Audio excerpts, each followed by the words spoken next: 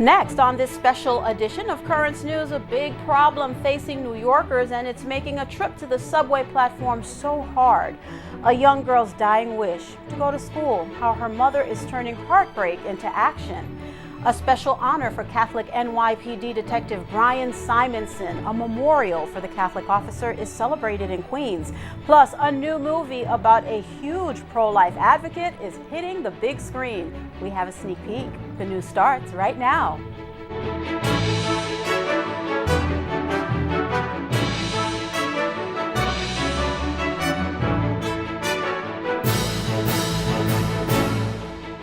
Good evening, everyone. I'm Liz Faublas. Welcome to this special edition of Currents News. We are highlighting some of our most memorable stories recently reported by our Currents News team. We begin with a big problem for some New Yorkers that makes it almost impossible to get from the street to the subway. Currents News' Emily Drewby has more in this exclusive report. Ready? Yes. When the Hallecks get their two kids ready for a day out, one thing they want to avoid, the subway. Hey, we really don't take the subway as a family. Sasha and his wife Sarah have a 3-year-old son, Oliver, who sometimes uses a stroller, and a 6-year-old son, Judah, who can't walk on his own. We would carry Judah down the stairs in his wheelchair, but as he got bigger and his wheelchair got heavier, that's just not possible.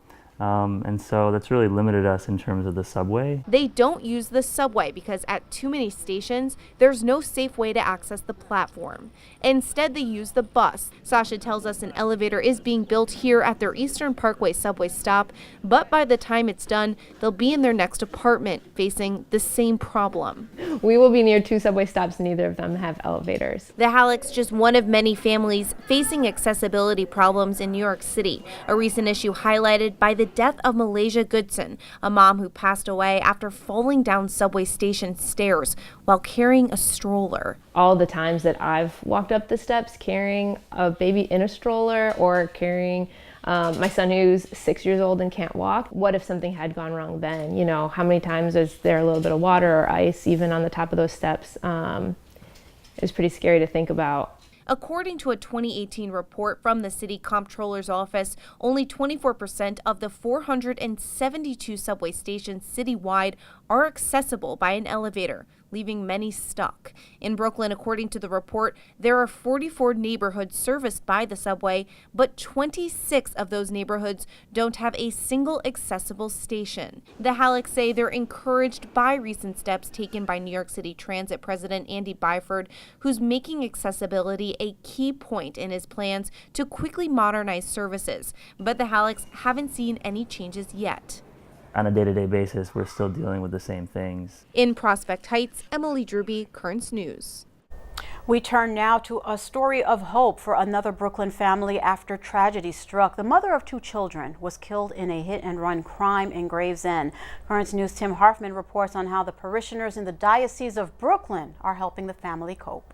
Fran came to us and asked if anything ever happened, would we take care of her boys? And of course we said we would. A commitment Anthony and Lisa Guarino never thought they'd have to fulfill until their friend, neighbor, and fellow parishioner at Our Lady of Grace Church, Francine LaBarbera, was killed. Every other day there's an accident on the corner, so I said, oh, just another accident. I came in the house, sat down, put a cup of coffee to my mouth, the phone rang. It was December 11th, 2018. Francine was struck by a hit-and-run driver and died feet from her Gravesend, Brooklyn apartment. She was 57. The Guarinos, who have 3 children of their own, knew their family was about to grow. Automatically, I knew I had 5 kids. To protect them during this difficult time, the Guarinos asked us not to identify the twin boys who are 16 years old. The Guarinos feel like they have a special connection to the boys. Anthony knew Francine her entire life. Every time you see her, always smiling, happy-go-lucky, friendly with everybody, looking to help all the time, with the church all the time. Francine attended Sunday Mass, organized church events, and volunteered at the parish's Catholic Academy. The twins asked Anthony to be their sponsor when they received the sacrament of confirmation. Currently, the teenagers are altar servers and Boy Scouts, honor students at their Catholic high schools. One of them runs track. Now the Guarinos are helping the boys cope with their loss. The stop sign on the corner now acts as a memorial for Francine. Caution tape from the day of the accident is still there. The holidays were very difficult. So that was pretty tough on all of us. But, you know, we have our good days and we have our bad days, but for the most part, they're good and they're getting better. Memorial plaques.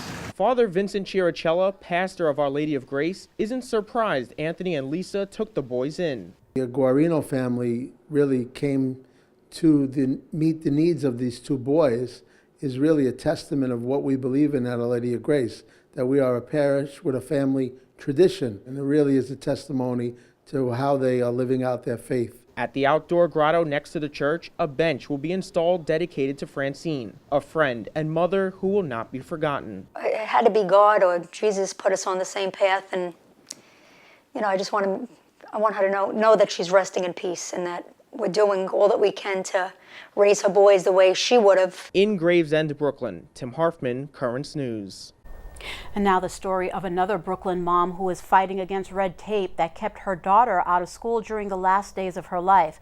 Now Nicole Cable wants to ensure that it never happens again to anyone else. Currents News' Emily Drewby has the exclusive report.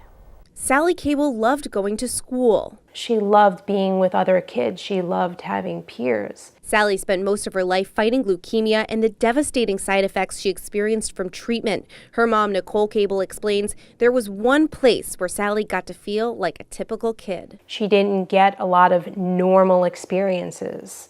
Simply getting her to be a child in school with other children was a tremendous accomplishment. That is, when she could get there. For weeks, she couldn't, barred from riding the school bus because of bureaucracy. At first, the issue was Sally didn't have a nurse required for medically fragile students. Then when she got a nurse, the official coding was wrong, so the nurse couldn't get on the bus. Also running into issues with the child having a car seat. Sally's family did everything they could to get the 5-year-old to her classroom, running up expenses, driving to her Manhattan school from Bensonhurst, Brooklyn, while also spending hours on the phone with both the Department of Education and the Office of Pupil Transportation to get her back on the bus. That worked eventually, but only for 1 year. It was extremely frustrating. When Cable went to sign Sally up for the 2018 school year's buses, all of the changes she worked so hard to get were gone. Cable geared up to fight again, but for the new year, they weren't resolved in time. The school year started, I think, on September 7th this year, and Sally passed away on September 19th. It's okay, my son's on the way. Cable heartbroken that her then 6-year-old missed out on going to the school she loved in the last weeks of her life. But I looked at my husband and I said, I am so angry. I am so angry that she didn't get to go to school and have that joy this past week. She fought so hard to be there, and I worked so hard to try and get her there, and she didn't get to go. And the bureaucracy behind that, to me, is an unforgivable thing. Cable shared her struggles during an October hearing of the New York City Council's Education Committee. It should not be so hard to send your child to school. Her powerful story shocking lawmakers. I am deeply sorry. And inspiring change. We were speechless. New York City Councilman Justin Brannan, who covers the Cable's Brooklyn neighborhood, has known the family for years because of the struggles they've endured with Sally's illness. His office currently drafting a bill that would create what he calls a concierge within the Department of Education, someone to ensure special cases like Sally's don't get lost. Once we get it moving, it'll become real, and that's really because of Nicole and the Cable family. I think I'll feel a sense of justice. You know, it would be great if next September I wouldn't see a plethora of parents complaining about buses. Instead, you would just see pictures of kids' first days at school. Brannan's office hopes to have the bill introduced by the end of the month. In Bensonhurst, Emily Drewby, Currents News. There's a lot more news headed your way on this special edition of Currents News. Reaction from priests and parishioners after the Brooklyn Diocese releases the names of clergy credibly accused of sexual abuse against minors. A Queens community honors a cop who protected them for almost all of his career. Former Planned Parenthood employee Abby Johnson visits the Diocese of Brooklyn to screen the new movie based on her life. And do you have a story idea or want to share a tip? Email us at newstips@thesalesmedia.org or call 24-hour number 718-517-3122. We'll be right back.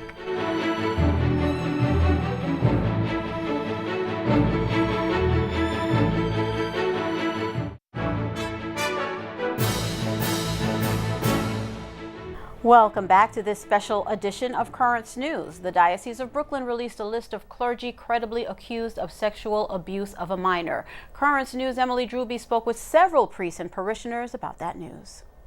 I think it's important that the diocese has done this. I'm happy that the church is and the diocese is doing the best they can to be as open and sincere about responding to the people in their hurt. Priests across the Brooklyn Diocese also speaking out after the list of clergy credibly accused of sexual abuse against minors was released. It has a little bit of an impact here because 7 of the priests that are on the list were assigned here at one point. So it has taken a little bit of breath out of the parish. It's tough. It's tough to see something like this. But I pray for my brothers, and we pray that the Lord will continue to strengthen us. The full list can be found on the Diocese of Brooklyn's website, dioceseofbrooklyn.org, by clicking on a special page made for the clergy sex abuse crisis response. There's also a video statement by Bishop Nicholas DiMarzio. I have met with many victims who have told me that more than anything, they wanted an acknowledgement of what was done to them. The list covers the 166-year history of the diocese. There are 108 names, 1 auxiliary bishop, 2 deacons, and 105 priests. Less than 5% of clergy throughout the history of the Diocese of Brooklyn since 1853. The list a shock for many. These are priests that I've lived with. These are priests that I've ministered with. These are priests who are friends. So it is kind of disheartening. We will be stronger because of it, and I think that's what we can come forth with. Almost 2/3 of the accused clergy on the list are dead. Numbers show incidents of abuse peaked in the 1960s and 1970s, but most reports came in after both 2002, when the Dallas Charter for the Protection of Children and Young People was enacted, and 2017, after the Brooklyn Diocese started the Independent Reconciliation and Compensation Program, which works to provide healing and closure for survivors of clergy sexual abuse. Emily Drewby, Currents News. The Diocese of Brooklyn's website now has a special section with all the information in one place. It includes the newly released clergy list as well as videos and resources. Go to dioceseofbrooklyn.org and on the homepage, click on Clergy Sex Abuse Crisis Response. The Diocese toll-free and confidential sexual abuse reporting line is 888-634-4499. A well-known Jesuit writer says the key to the future of the U.S. Church lies in its seminaries. Father Thomas Reese joins us now to talk about his new column where he makes the case for reform. Father Reese, always such a great pleasure to talk with you. Good to be with you. Thank you. Overhauling the seminaries in America would likely be a long, involved process, Father Reese. What's the first step there? I think the first step is to make sure that the screening process for people who enter the seminary is rigorous and on target. I mean, currently we have a process where, of course, there is a police background check on any seminarian, anybody who wants to enter a seminary. But that's a pretty low bar to make sure that the person doesn't have a criminal record. In addition, there are also psychological exams that these candidates take. Now, the question is, okay, you give them the exam, but do you listen to the psychologist who reviews them? I've heard from some psychologists that they will warn a bishop, oh, don't take this guy. I mean, I knew one who said this to a bishop, and the bishop took him anyway, and the man attempted suicide a couple of months after he entered the seminary. This man never should have been allowed into a seminary. He needed extensive therapy. So I think, the problem is that bishops are desperate for priests, and their vocation directors are, their value and worth is measured by how many recruits they get for the seminary. So it's more about quantity there than quality. Absolutely. I mean, we have to be worried about quality, not quantity. It's not numbers, it's how good a priest they will be. And Father Reese, another obstacle that you write about is that there's an authoritarian mindset at these institutions, calling that a big obstacle to form better priests. How do you go about reforming that? Well, frankly, I think you have to do it by changing the personnel involved in the seminary training. During the last two papacies, the criteria for someone teaching on the faculty is that he never questioned anything that came out of the Vatican. Well, they basically told the seminarians, we're going to give you the answers, and you're going to go out there and straighten out the people. They didn't train them to listen. They didn't train them to be pastors. They didn't train them to empower the laity to take their full responsibility in the church. And Father Reese, that you bring up the laity, there are lay people on seminary faculties. Has this made any notable difference? Not really, because they are selected. They've been selected by the same criteria as the priests have been. Now, some of the seminaries are improving, and some of them, for example, Cardinal Supich has been improving the seminary at Mundelein. And there are others. But until the bishops change their attitude on what kind of priests they want, I don't think we're going to see serious change. All right, Father Reese, we definitely have to leave it there. That's the perfect last word. Thank you so much. Always so great talking with you. Good to be with you. Last weekend, a fallen hero was remembered in the Queens community he protected and served for most of his police career. Currents News' Katie Engesser reports on the memorial to Catholic detective Brian Simonsen. The Son, and the Holy Spirit. Amen. The 102nd Precinct in Queens turned to prayer to remember a colleague they love so well. It's been difficult especially in the 102. The officers gathered at Holy Child Jesus Church in Richmond Hill Saturday to honor Detective Brian Simonsen. The Catholic NYPD veteran died in the line of duty on February 12th, responding to reports of an armed robbery in the neighborhood. When he arrived on the scene, bullets started flying, and the detective was cut down by friendly fire. Amazing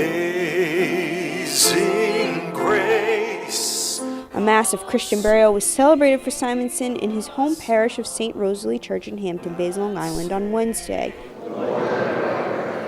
In Richmond Hill, the people he served and protected for nearly his entire police career wanted to honor the man who was nicknamed Smiles. Detective Simonsen was killed in the line of duty on Tuesday. On Wednesday, we arrived with some food to the precinct. It was there that one of the officers told me, "Father, thanks for the food, but we need flowers, we need candles, we need balloons." Then a heartfelt response from its youngest parishioners. The students from Holy Child Jesus Catholic Academy drawing cards of condolences and hand-delivering them to the 102. Honestly, it's just a wonderful thing to have the support of the community. All the love is greatly appreciated at this difficult time. Now parishioners joined police officers to remember their hero and offer a blessing to their protectors and pray for every officer who serves. We just got to stay strong and pray every day that everything goes well and we get to go home. In Richmond Hill, Katie Engesser, Currents News. Still to come on this special edition of Currents News, a Planned Parenthood director turned pro-life advocate, a sneak peek of the new movie hitting the big screen. The big drive that keeps the Brooklyn Diocese strong, an inside look at the annual Catholic Appeal. We'll be right back.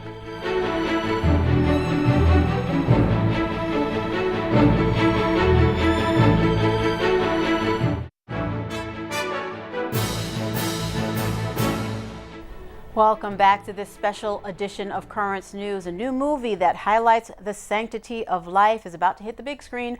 Unplanned is based on the true story of a former Planned Parenthood clinic director turned pro-life speaker. Abby Johnson visited the Diocese of Brooklyn for a special screening. Currents News' Emily Drewby has the story from Prospect Heights.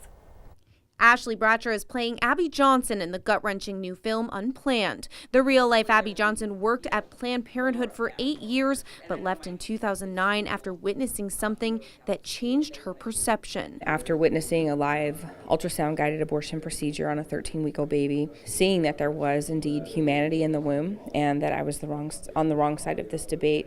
So I left and have since then been really trying to expose what's happening inside of abortion clinics. After leaving her job as a Planned Parenthood clinic director, Johnson became an influential pro-life activist. Now her story has been turned into a movie. The hope is that, number one, people will see the reality of abortion, that the brand of Planned Parenthood will be chipped away, show what's really taking place inside of these clinics. The other hope is that it will bring hope to people who have had abortions, that there is forgiveness, there is mercy. Johnson, along with Keith Mason, a member of the film's production team, previewing the movie for members of DeSales Media Group at the Co-Cathedral of St. Joseph. To get, some sort of help, that's where there's the longevity. Those who attended screened the film and then asked Johnson questions. Yes, a very powerful film. It's helpful to kind of understand how film really does affect culture. And I think that this film will go a long way to helping to move the culture to kind of really see the evil of abortion. Unplanned is scheduled to be released in over 800 theaters across the country on March 22nd. In Prospect Heights, Emily Drewby, Currents News.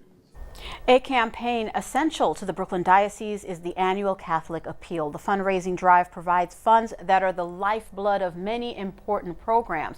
For example, a Queens priest at a Catholic high school is able to continue his mission because of it. Currents News' Tim Harfman has a profile of that priest and more on what the appeal accomplishes. What a group. What a group. Father Ralph Adel is the chaplain at St. Francis Prep High School in Fresh Meadows, Queens. His job is to strengthen the faith of each student so that it lasts a lifetime. The hope is that one day they'll go to college and be involved in that way, and God willing, one day as parents, as adults, they'll do the same thing in their parishes. A mighty mission in need of great support, and Father Ralph receives that through the annual Catholic Appeal, a campaign conducted in every parish of the Brooklyn Diocese. The annual Catholic Appeal is an ongoing way of sustaining the programs that happen in Brooklyn and Queens for all parishes. John Heyer is the Appeal's executive director and explained the $8 million raised in the latest campaign fund a lot of projects. More than a quarter of donations support vocations. Another big chunk, 25%, go to faith formation. Other programs include Catholic charities, Catholic migration services, retired priests, Catholic school scholarships, chaplains, and help for parishes. And when an individual church beats its assigned goal, there's a bonus. Anything over a parish's goal goes directly back to the parish in order to help support that parish in perhaps a project or something that they're doing. Parishes received over $1.2 million from last year's campaign. Father Ralph, how are you? Father Ralph says the appeal helps nearly 2,500 students. We'll be introducing freshmen to the foundations of the faith and to the spirituality of the school. We're going to get an outside speaker to come in. That's because of the funds of the ACA. But members of the St. Francis Prep community say having a full-time chaplain also fills a void. What Father Ralph does best is he establishes relationships. And they're so important. Now I see people filtering in and out of his office. It's not only about just having a chaplain, it's about it's a friend. Not only spiritually, but socially. Father Ralph helps guide us to what to do the best in our lives. But it's really nice to have someone there who you can talk to and help you understand things that you might not be able to learn from a teacher or a guidance counselor. In Fresh Meadows, Queens, Tim Harfman, Currents News. To make a donation to the 2019 Annual Catholic Appeal, go to coh.annualcatholicappeal.org and fill out the form. That is this special edition of Currents News. I'm Liz Faublas. Thank you for joining us because we are putting your faith in the news. Hope to see you again next time.